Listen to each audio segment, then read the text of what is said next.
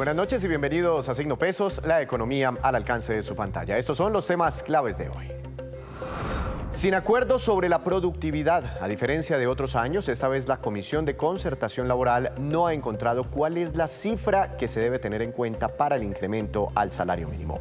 Analizaremos estas dificultades con Fabio Arias, presidente de la Central Unitaria de Trabajadores. Los cambios que se avecinan en el Sisbén. El Departamento Nacional de Planeación está elaborando una reclasificación de los hogares. Algunos perderán el acceso a los subsidios, pero otros se verán beneficiados. Les contaremos los detalles de este proceso. ¿Ahorrar en CDT sigue siendo buena opción? Esta es una duda de muchos colombianos que no saben si es mejor tener su dinero en una cuenta de ahorro, en un CDT o debajo del colchón. Nos acompaña Carlos Correa, CEO de la firma Mejor CDT, para explicar todo sobre este tema.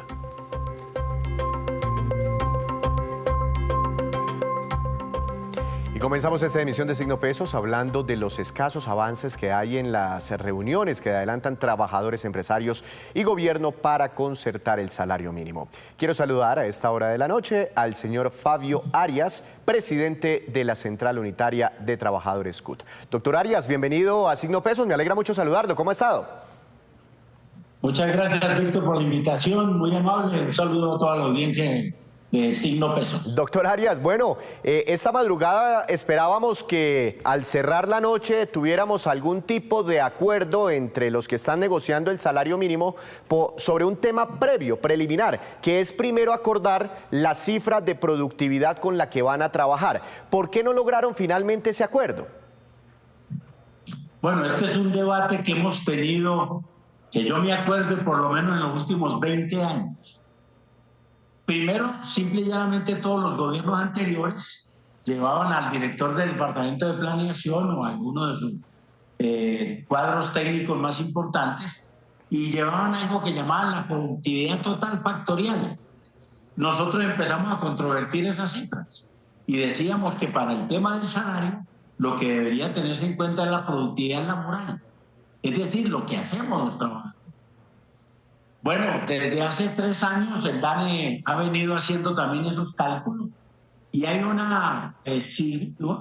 significativo despliegue de muchas metodologías para definir la productividad, que yo creo que hace parte de algo que más o menos ya todo el mundo empieza a entender en el mundo académico, y es que no es tan fácil medir la productividad, ¿sí? Entonces hay productividad total factorial, productividad laboral por hora, productividad laboral por empleado, productividad total factorial por empleado. Es decir, una serie de términos muy técnicos que no dicen en principio mayor cosa. Pero lo más grave es que hay 4 valores de la productividad para este momento, lo cual nos llevó a la conclusión de que no podíamos tomar una decisión tan fácil. Pero esas son negativas. Y una positiva. Es que aquí tengo las cifras. Señor Arias, mírelas, aquí las tengo y por eso tanto enredo. Mire, la productividad total de los factores negativa, 1% negativa. Esta es la positiva. Laboral por hora trabajada, productividad 0,76%.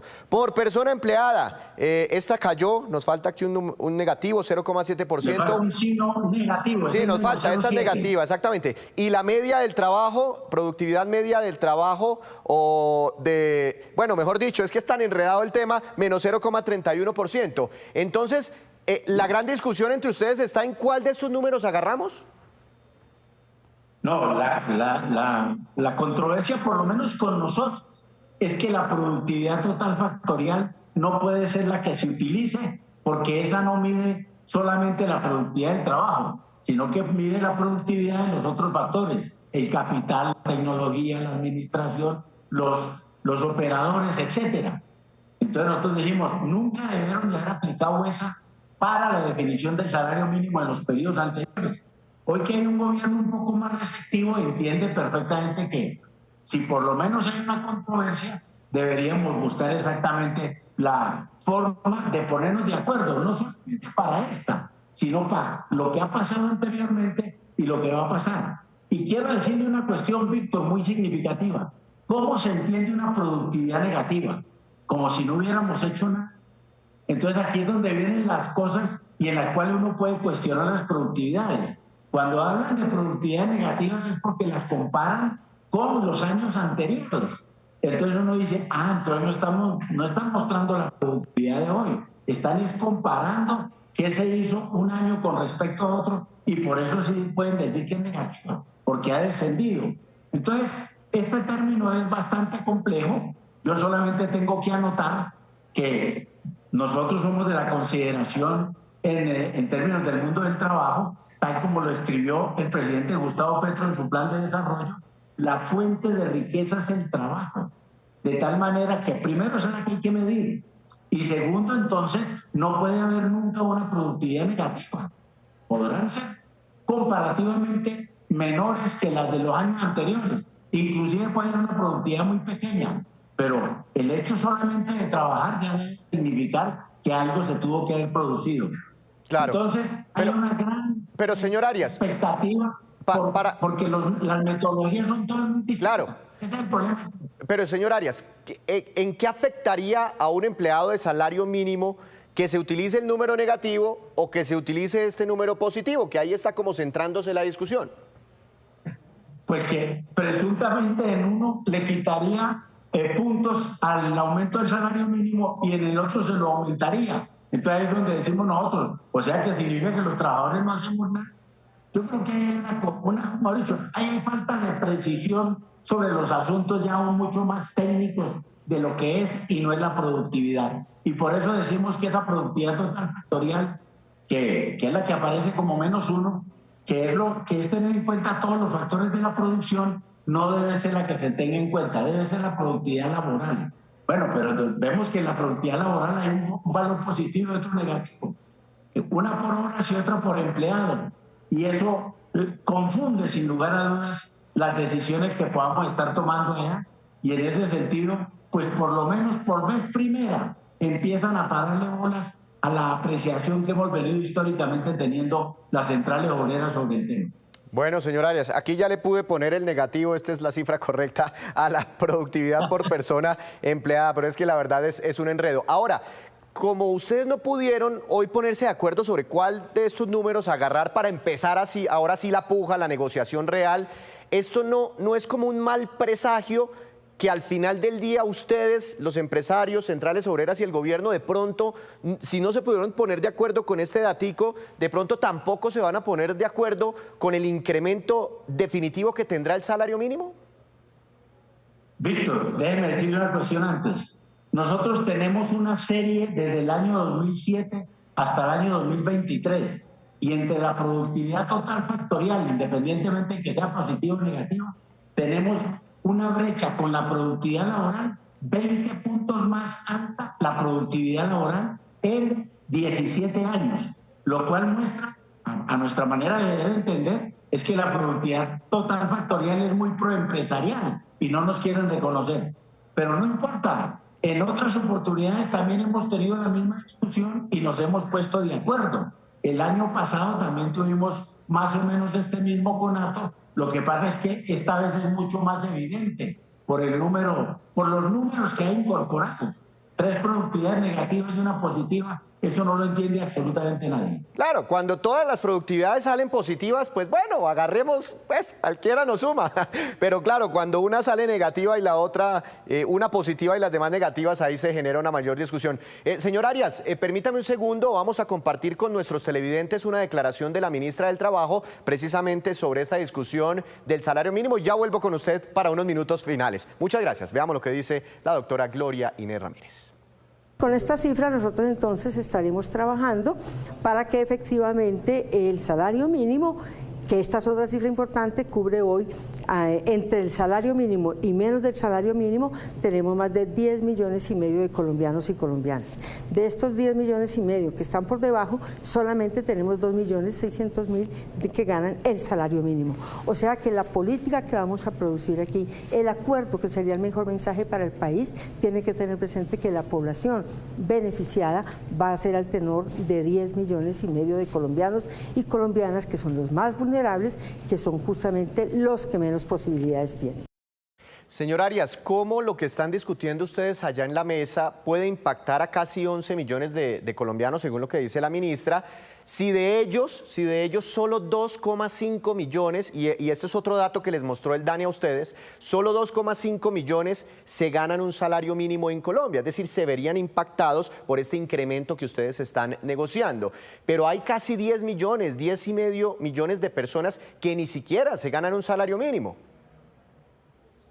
El 47% lo mostró también hoy en DANE, de la población en edad de trabajar se gana menos de un salario mínimo, lo cual muestra de que nuestros trabajadores son muy pobres.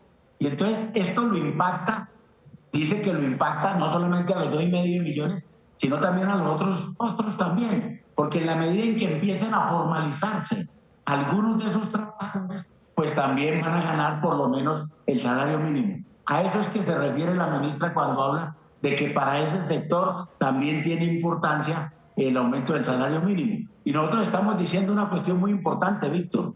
La única manera de reactivar la economía, que está en problemas, es aumentando la capacidad de consumo de la población. Y esa posibilidad se hace de parte de los ingresos de los trabajadores.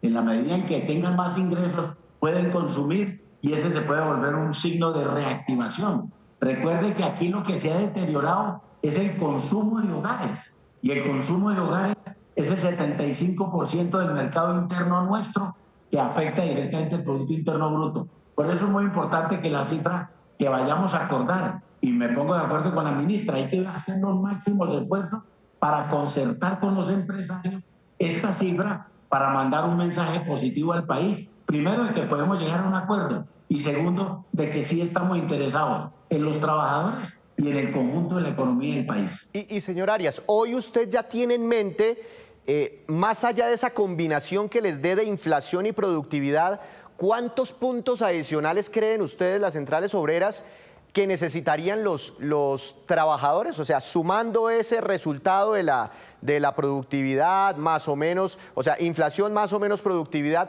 ¿cuántos puntos adicionales ustedes ya tienen en mente van a pedir a los empresarios?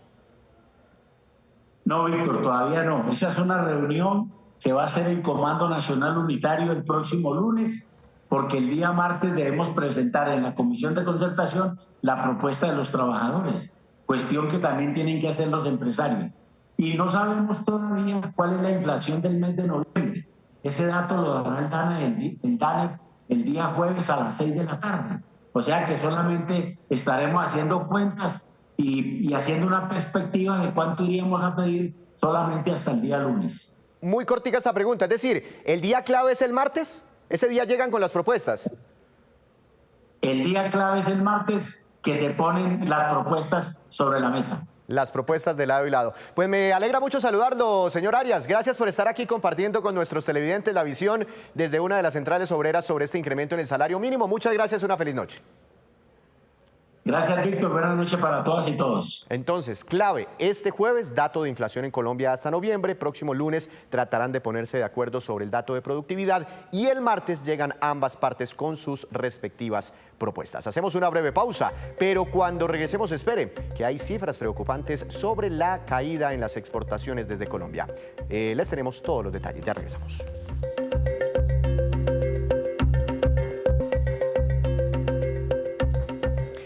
Gracias por continuar en Signo Pesos. El año pasado y en parte de este año muchas entidades financieras llegaron a ofrecer tasas de interés hasta del 18% efectivo anual para quienes abrieran un CDT.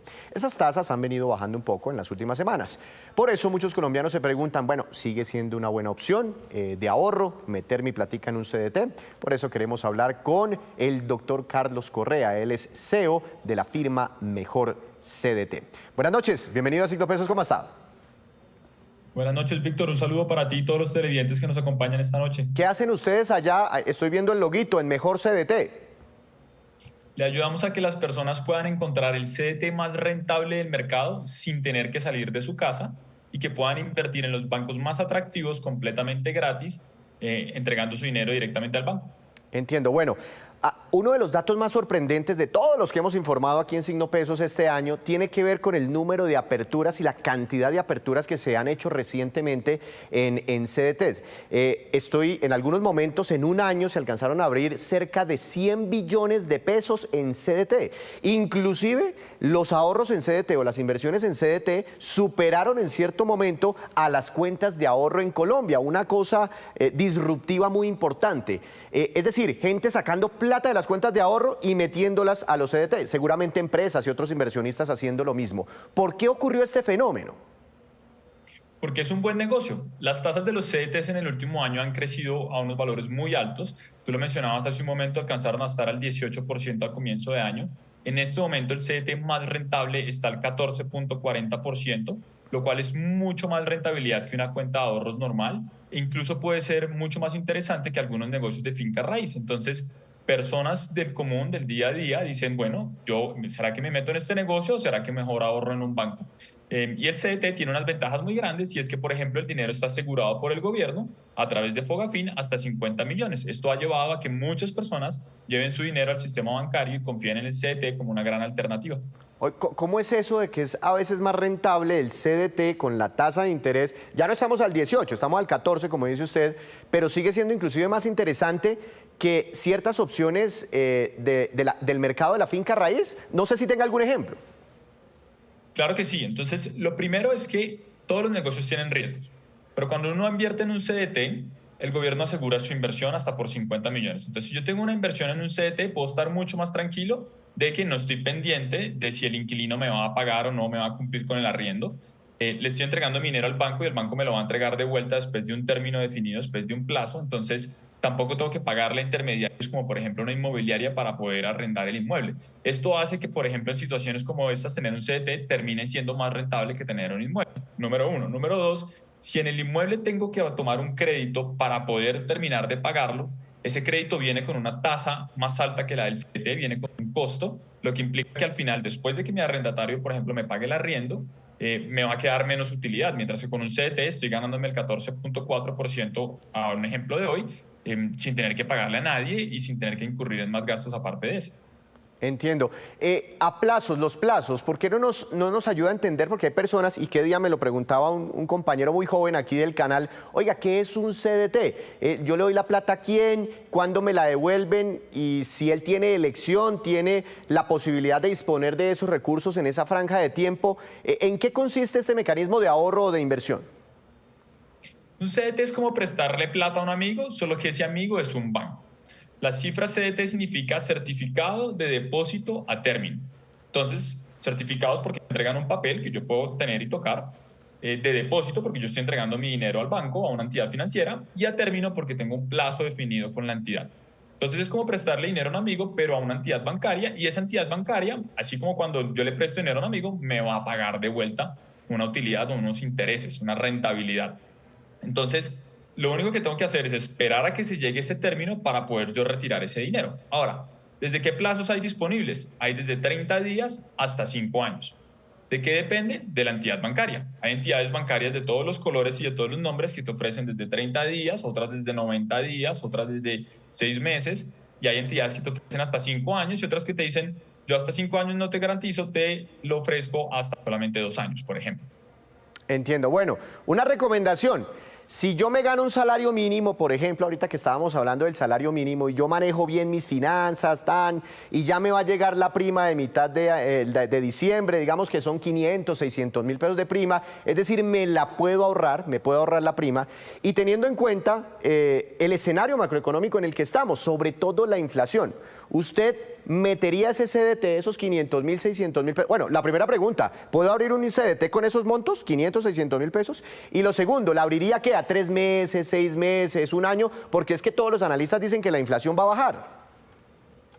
Muy buena pregunta. Entonces, voy a arrancar por la primera parte, ¿desde qué monto? Entonces, así como están los plazos en los diferentes colores en los diferentes bancos, con el monto mínimo también aplica. Hay entidades financieras en Colombia, hay bancos que ofrecen desde 50 mil pesos, hay otras corporaciones financieras que ofrecen desde 100 mil, otras desde 250 mil y otras desde 1 millón.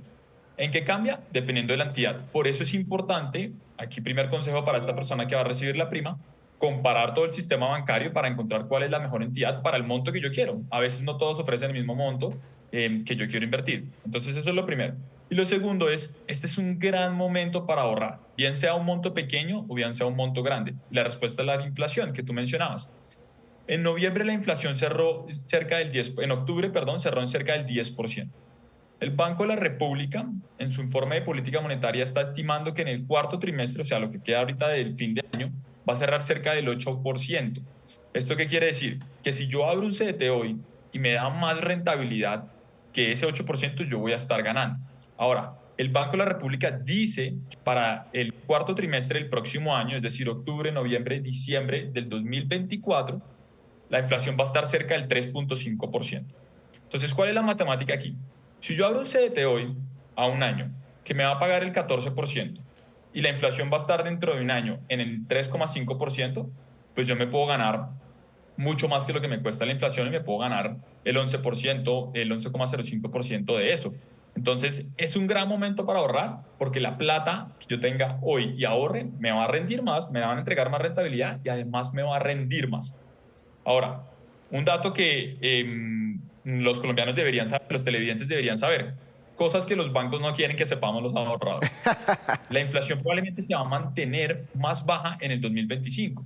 Entonces, si yo aseguro mi CDT, por ejemplo, hoy, estos ahorritos que estamos hablando de la prima, a un año voy a ganar. Pero si lo abro a 2 años, puede que gane más aún porque la inflación va a seguir baja. Entonces, garantizo una inversión con una tasa, por ejemplo, del 13% a 2 años, que me va a rendir el 2024 y el 2025. Ah, pero eso es muy bueno. Usted tiene razón, las expectativas indican que la inflación este año va a cerrar en el 8, 9, 10%, depende del analista que lo mire, pero casi todos le apuntan a que el otro año la inflación va a estar entre el 4, el 3, el 4, el 5%, es decir, una inflación mucho más baja que la de este momento. Es decir, si yo abro un CDT hoy a 2 años, me mantienen esa tasa del 13 o del 14% para el 2024 y el 2025, o yo lo que puedo hacer es abrirlo a un año, ¿sí? Y después en un año vuelvo y me abro otro CDT a otro año. Esa es una muy buena pregunta. La tasa que fijes con el banco desde el comienzo es la que te van a mantener llueva, truene o relampague. Entonces, si el CDT decides abrirlo desde el comienzo a 2 años, va a ser la misma tasa durante 2 años. ¿Qué pasa? Que las tasas cambian todos los días. Entonces, si yo abro un CDT hoy a 2 años, garantizo que sí o sí me voy con la tasa que definí hoy. Que por cierto, hoy a un año el mejor banco está entregando 13,60% de rentabilidad a 2 años. Dentro de un año puede que la inflación esté en un valor diferente, las tasas del Banco de la República estén en un valor diferente, ahorita vamos a explicar un poquito de eso, y por ende las tasas de los CDTs también estén en un valor diferente, probablemente menor. Entonces en un año, si yo quiero abrir un CDT a 2 años, pero primero abro un año y luego vuelvo y abro otro, lo más probable es que yo ya no asegure ese 13,60, sino probablemente algo más parecido a lo que esté la inflación en ese momento, lo cual se estima que sea mucho menor. Entonces, es mejor negocio hoy, si yo puedo esperar mucho tiempo, abrir un CDT a 2 años en vez de abrir uno y luego renovarlo dentro de un año. Bueno, esta es otra pregunta, me la hizo una tía que quería abrirse un CDT, pero escuchó por ahí en las noticias que ahora toca pagar para fiscales por los rendimientos de los CDT. Yo no sé si usted sepa ese cuento, si es cierto o es no. Es decir, por la rentabilidad que obtengo de un CDT me toca terminar pagando, creo que salud y yo no sé qué otro tipo de aporte para fiscales.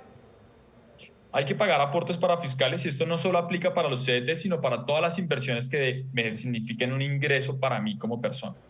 Porque al final del día lo que buscan los parafiscales es asegurar mi pensión, mi salud, en caso de que yo no tenga ingresos. Entonces, si los CDT son una fuente de ingresos, también aplican pagos de este estilo, pero lo importante es que hay unas limitantes y unas variables que varían de acuerdo al nivel de ingresos de la persona. Entonces, es muy importante aconsejarse con su contador, porque de acuerdo a su nivel de ingresos, usted puede tener o no que pagar más o menos. Ah, es decir, seguramente el del CDT 500.000 no aplica, ¿no? Es gente que tiene mucha plata, ¿cierto? Recibiendo muchos rendimientos por CDTs, seguramente para ellos aplica este pago de parafiscales. De acuerdo, y no solo para esto, sino para ingresos que pueden ser incluso de propiedad de finca raíz o inversión en activos más riesgosos como la bolsa de valores o fondos de pensiones voluntarias. Para todo este tipo de opciones de inversión que signifiquen un ingreso para mí, no solo para los CDTs, hay que hacer estos pagos. Así que la pregunta que se hace el colombiano de a pie es, qué tipo de producto quiero. ¿Quiero uno de riesgo variable o quiero uno a la fija? ¿Quiero uno asegurado o quiero uno que me pueda tener mayores retornos porque tiene más riesgos? Esas son las preguntas que se tienen que hacer los colombianos hoy. Una última pregunta, doctor Correa. Allá en su página, ¿yo puedo ver cuál banco me da el mejor CDT, la mejor tasa de interés? Puede hacer eso y además abrir un CDT completamente gratis a través nuestro. Puede registrarse con el banco que usted escogió, transferirle directamente al banco, completamente gratis porque los bancos cubren nuestros costos. Y adicional, tenemos un servicio exclusivo y es que la persona puede retirar el dinero de su CDT antes de tiempo si tiene una emergencia. Entonces, las personas que, por ejemplo, dicen, yo quisiera abrir un CDT, pero no sé porque si tengo una emergencia no lo puedo retirar, a través de Mejor CDT pueden retirar hasta 10 millones de pesos sin costo alguno, recibiendo la rentabilidad hasta el momento en el que tuvieron la emergencia. Eso es lo primero. Y lo segundo es que lo pueden hacer completamente gratis. Y un consejo que le quiero dar a los colombianos hoy es, a veces pensamos que solo puedo abrir un solo CDT y tiene que ser por toda la plata que tengo. Pero si yo, por ejemplo, digo, bueno, ¿qué error debería evitarme yo a la hora de abrir un CDT? Si yo tengo un posible imprevisto, entonces puedo abrir, si tengo, por ejemplo, 5 millones, puedo abrir uno de 1 millón a un plazo cortico, 3 meses, en caso que necesite algo lo puedo retirar, y puedo abrir los otros 4 millones a un periodo más largo, a 1 año o a 2 años como lo estábamos hablando, y así asegurar que puedo obtener dinero a la mano, pero también altas rentabilidades. Ese es un buen consejo para abrir el CDT. Y lo segundo que puedo hacer es, yo puedo abrir un CDT a nombre mío, o a nombre de mi mamá, o de algún familiar, o algún amigo, cualquier tercera persona que no sea yo. Y esto me trae varios beneficios. Lo primero es que los CDTs, pues al ser un producto de inversión de un banco, yo tengo que avisarle al banco qué quiero hacer con ese producto de inversión. Si hay varias personas registradas, varias personas pueden tomar decisión al respecto de esto, por si yo estoy de viaje, estoy incapacitado o estoy en una situación no disponible. Y la segunda de ellas es que el seguro del gobierno de depósitos de CDTs, que se llama Fogafín, me cubre hasta 50 millones por persona registrada. Entonces, si yo tengo una inversión grande que supera este valor y nos registramos 2 personas en el CDT, ambos quedamos cubiertos por hasta 50 millones. Este es un gran consejo. Y por último, les quiero contar otro consejo muy interesante que tiene que ver con el 4 por 1000. Los CDTs en Colombia no tienen 4 por 1000 cuando la persona va a retirar el CDT. En este caso, es el banco quien lo asume o la entidad financiera y no el usuario. Entonces, ¿qué ventajas tengo yo?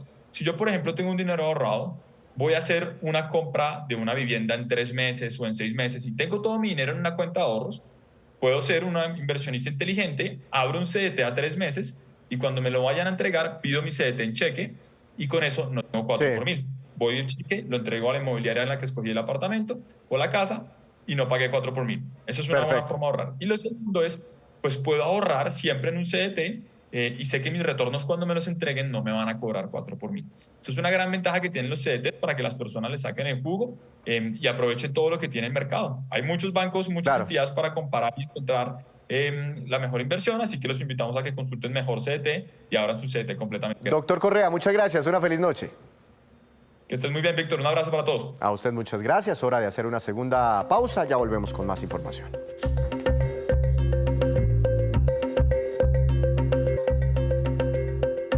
Regresamos con esta que es la cifra económica del día, 40.941 millones de dólares y corresponde al valor de las exportaciones colombianas entre enero y octubre de este año.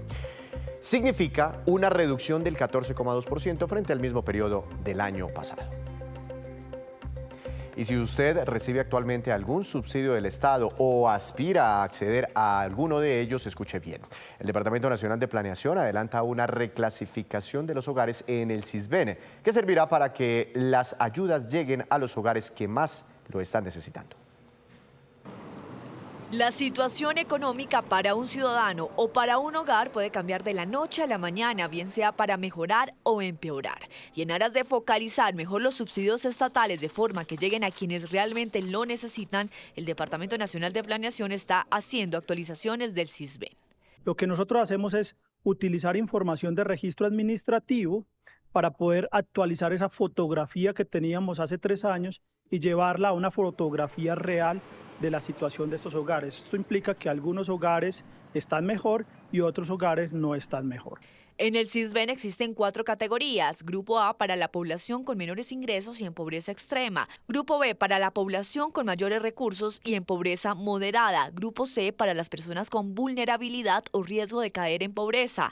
Grupo D para quienes no clasifican en algún nivel de pobreza o vulnerabilidad. Si usted era un hogar, lo que llamamos errores de exclusión, que eran 2 adultos mayores que hace 3 años tenían una generación de ingresos porque tenían un empleo formal, con unos ingresos bajos o con unos ingresos que les daban suficiencia para estar bien en el hogar, los teníamos, por ejemplo, en grupo C, grupo vulnerable.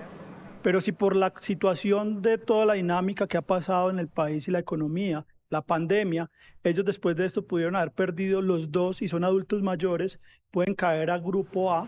Según los cálculos del DNP, a 4 de cada 10 hogares les cambiará su clasificación actual, por lo que una familia empezará a recibir ayudas, pero otras las dejarán de recibir. Entre las ayudas está el ingreso de renta ciudadana, devolución del IVA y jóvenes en acción, entre otros. Con esta focalización adecuada, estamos mejorando y haciendo más eficiente el gasto social, llegándoles a los que realmente lo necesitan y permitiendo que aquellos que mejoran su situación puedan en algún momento también ser objeto de la política social. Sin embargo, la entidad aclaró que el resultado de esta clasificación se conocerá en 2024 y mientras tanto la entrega de subsidios seguirá tal y como se ha venido haciendo. Y antes de despedirnos, los dejo con este dato. La Cámara de la Industria de Motocicletas de la ANDI entregó este informe, su primer informe de sostenibilidad. El 87,5% de las empresas del sector mide su huella de carbono. De ellas, el 25% ya alcanzó la carbono neutralidad. Y cerca del 45% de las motocicletas vendidas en el país cuentan con estándares de emisiones Euro 4 o Euro 5. Así terminamos por hoy. Los esperamos mañana con una nueva emisión y toda la información económica que usted necesita saber. Esto es Signo Pesos, la economía al alcance de su pantalla. Que tengan una feliz noche.